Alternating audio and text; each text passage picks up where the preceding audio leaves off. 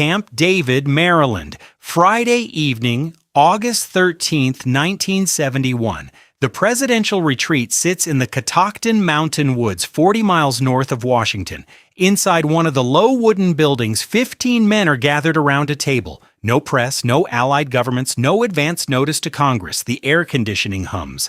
Outside, the August heat sits heavy over the tree line. I've spent time studying the transcripts and memoirs from those 3 days, the Burns diaries, the Schultz recollections, the Volcker account. What strikes you immediately is how small the room was for a decision of that size. Treasury Secretary John Connally sits close to Nixon. Paul Volcker, then Connally's undersecretary, later the most consequential Fed chairman of the 20th century, is there as the technical brain. George Shultz, director of the Office of Management and Budget. Arthur Burns, chairman of the Federal Reserve. Notably absent, Secretary of State William Rogers. Then National Security Advisor Henry Kissinger. This was not a foreign policy meeting, but what they would decide here would reach every government on Earth before Monday morning. 2 days earlier, on August 11th, Britain's government sent a formal request to the U.S. Treasury. They wanted $3 billion converted into gold, not as aggression, as policy. Under the rules established at Bretton Woods, New Hampshire in July 1944, any government holding U.S. dollars had the legal right to exchange them for gold at the fixed rate of $35 per ounce. Britain was simply exercising that right. When I first traced this sequence in the State Department records, the timing felt almost theatrical. The British request lands on a Wednesday. By Friday, Nixon has convened a secret meeting in the mountains. By Sunday night, the entire system the British were invoking no longer exists, but the British request was not the cause of the crisis. It was the moment that forced a confrontation with something that had been building for nearly a decade. On August 9th, Switzerland had already left the Bretton Woods system entirely. The German mark was floating. In the first 6 months of 1971 alone, the United States had run a trade deficit of $11.6 billion, on pace for $23 billion by year's end. The first trade deficit since the 19th century. Foreigners held roughly 3 times more dollars than the United States had gold to cover. The numbers assembled in one place made the picture undeniable. The system was not under pressure. The system was already hollow. Connally addressed the room with his characteristic bluntness. His assessment of the foreign governments pressing the United States on gold, they were out to take advantage. The job of the men in this room, he said, was to act first. Nixon listened. He had already been briefed by Volcker's team on the structural reality. By the time Nixon entered office in 1969, there were 4 times as many dollars in circulation as there was gold in U.S. reserves to back them. The rate of $35 per ounce had not changed since 1944. 27 years of economic growth, inflation, and dollar expansion, all resting on a price set during the Second World War. The way I read the evidence from those 3 days, the decision was largely made before the meeting began. What Camp David actually was, a controlled environment to manage disagreement, to work out the legal mechanisms and draft the speech. Nixon closed the gold window on the evening of Sunday, August 15th, in a televised address that most Americans watched without fully understanding what they were witnessing. The question is not whether Nixon had a choice. The question is what it tells us that a system holding the global economy together for 27 years could end in a single Sunday evening broadcast, and why almost no one saw it coming. To understand what broke that night, you have to understand what was built. July 1944, Bretton Woods, New Hampshire. 44 Allied nations send delegations to a resort hotel in the White Mountains. The war in Europe is not yet over, but the architects of the post-war order are already designing the peace. The agreement they reached was elegant in its simplicity. Every participating currency would be fixed to the U.S. dollar. The dollar itself would be fixed to gold at $35 per ounce. And the U.S. Treasury would honor that rate, convertible on demand for any foreign government. America held over half of the world's official gold reserves at the end of the war, 574 million ounces. The system rested on that fact. What the architects at Bretton Woods could not fully anticipate was what happened when the system worked too well. Europe and Japan rebuilt. Global trade expanded. Demand for dollars grew year after year. To meet that demand, the United States had to supply more dollars. To supply more dollars, it had to run deficits. And deficits meant that the ratio of dollars to gold, the ratio the entire system depended on, moved in only one direction. The stability of Bretton Woods was real, but it was always borrowed. In 1959, a Belgian-American economist named Robert Triffin testified before the U.S. Congress. His argument was precise and deeply unwelcome. He said the Bretton Woods system contains a structural contradiction that cannot be resolved. To supply global liquidity, the United States must run current account deficits, but persistent deficits will eventually undermine confidence in the dollar. And when confidence breaks, the system breaks with it. He called it a dilemma, not a risk, not a possibility, a logical impossibility embedded in the design itself. I spent time reading through the congressional record from those hearings. What's remarkable is how clearly Triffin laid out the exact sequence that would unfold over the next 12 years. The dollar overhang, the gold drain, the confidence crisis, and how little it changed the actual trajectory of policy. Triffin was not ignored. He was studied, cited, and discussed in the highest levels of American economic policy. He was simply not acted upon.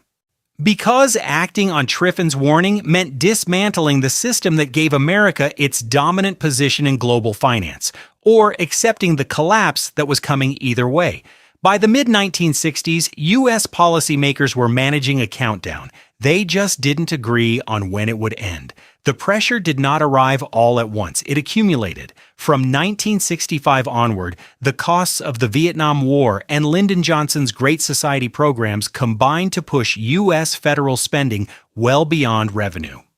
The Federal Reserve expanded the money supply. More dollars flowed into the global system. France under Charles de Gaulle took a position that was both principled and pointed. His finance minister, Valéry Giscard d'Estaing, called the dollar's reserve role America's exorbitant privilege, the ability to pay its debts in a currency only it could print. Paris began systematically converting dollar holdings into gold.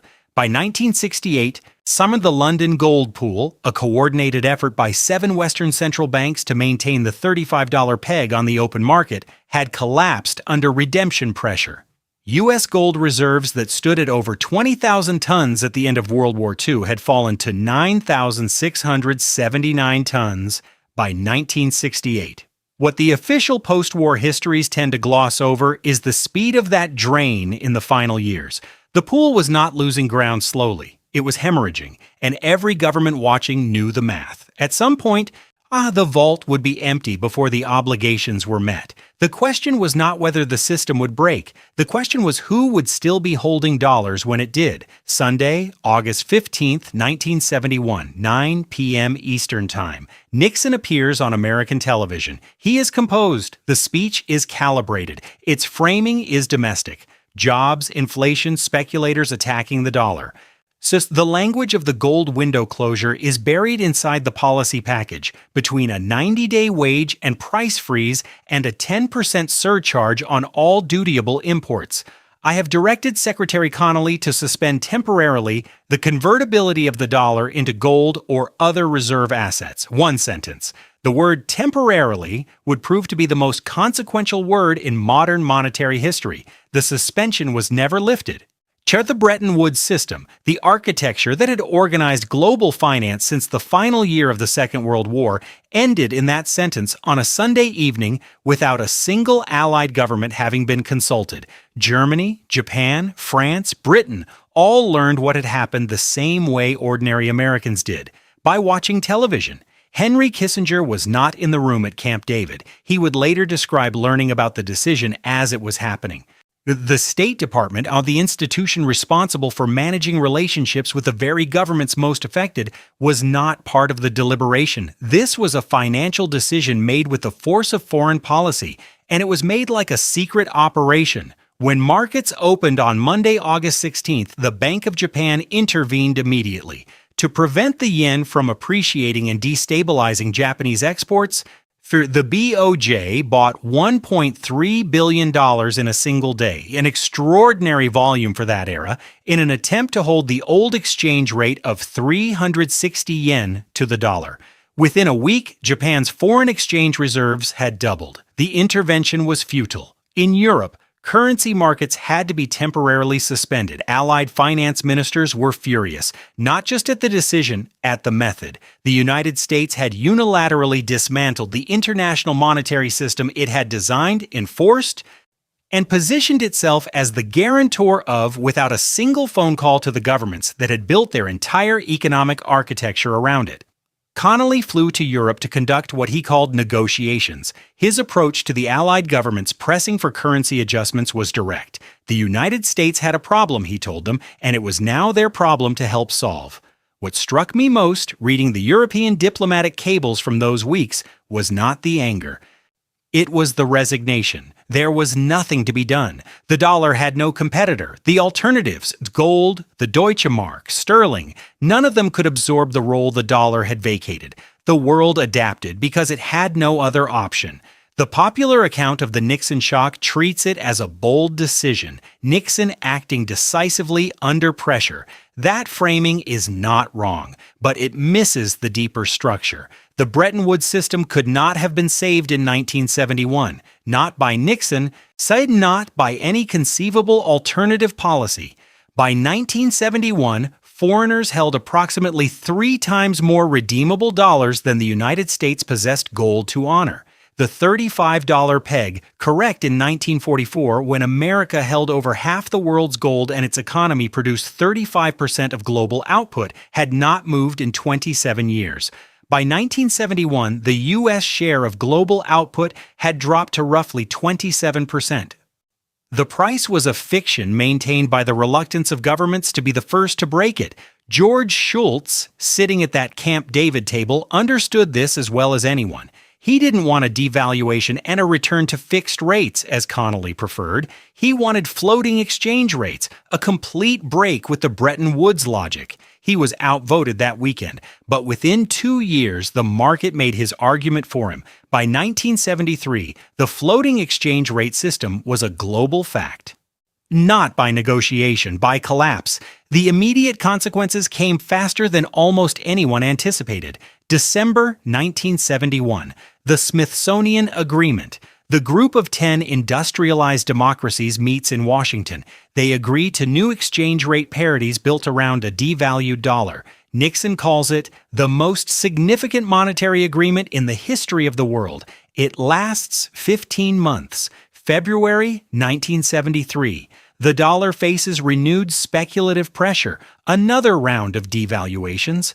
More exchange rate adjustments. March 1973. The last attempt to shore up a system of fixed rates collapses entirely. The major currencies begin floating freely against each other and against the dollar. Within the same decade, the gold price surges from $35 per ounce to over $800. That number is worth holding for a moment. Measured in gold, the dollar had lost more than 95% of its stated value within 9 years of Nixon's speech. Still looking back through the sequence of events from August 1971 forward, you can trace the precise moment each piece of the old order gave way. The Smithsonian Agreement was not a recovery. It was a controlled demolition that moved too slowly. The men in that room at Camp David knew they were ending something. Most of them did not know they were also beginning something. The age of fiat currency, the age of central bank discretion, the age of monetary policy conducted without the anchor of gold. All of it flows from one Sunday evening in August. The world that emerged after 1973 was in many ways more flexible than the one it replaced. Floating exchange rates allowed countries to absorb shocks without triggering the kind of systemic crisis that had destroyed the interwar gold standard. The dollar remained the dominant reserve currency, not because of gold, but because of the depth of U.S. financial markets, the scale of dollar-denominated trade, and the absence of a credible alternative. But the costs were real and compounding. Without the discipline of the gold constraint, monetary expansion became a policy tool on an unprecedented scale. The inflation of the 1970s was not caused by the Nixon shock alone. The oil embargoes of 1973 and 1979 drove much of it, but the structural capacity for unconstrained dollar creation was now in place. Putting the full arc of the evidence together, one picture becomes clear. What changed in August 1971 was not just the monetary system. What changed was the relationship between money and restraint. Under Bretton Woods, every dollar printed was, in theory, a claim on a finite physical resource. After 1971, a dollar was a claim on confidence, on the perceived strength of American institutions, on the belief held by governments, central banks, and individuals in every country that the United States would manage its currency responsibly. Robert Triffin had warned in 1959 that this moment would come. He had described the exact mechanism. He had testified before Congress. He had been cited and studied and left unacted upon. And when the moment arrived, it came not with a crash, but with a composed presidential address on a Sunday evening, wrapped in the language of fighting inflation and protecting the American worker.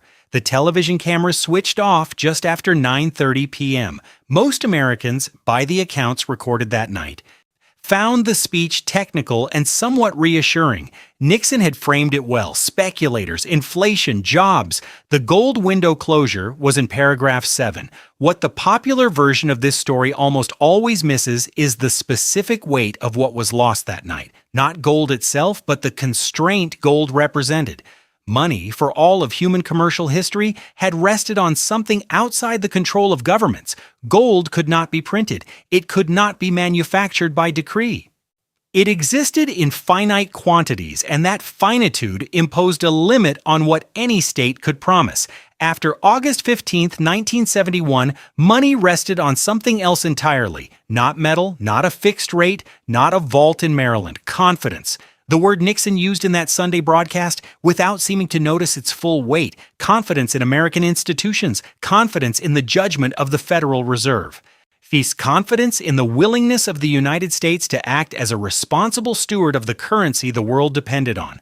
Gold, you can audit, you can weigh it, test it, move it across the Atlantic on a warship if you no longer trust the country holding it for you, as France had done. Confidence is different. Confidence has no fixed supply. It can expand without limit, and it can collapse without warning. That is the world August 15, 1971 built, and we are still living in it.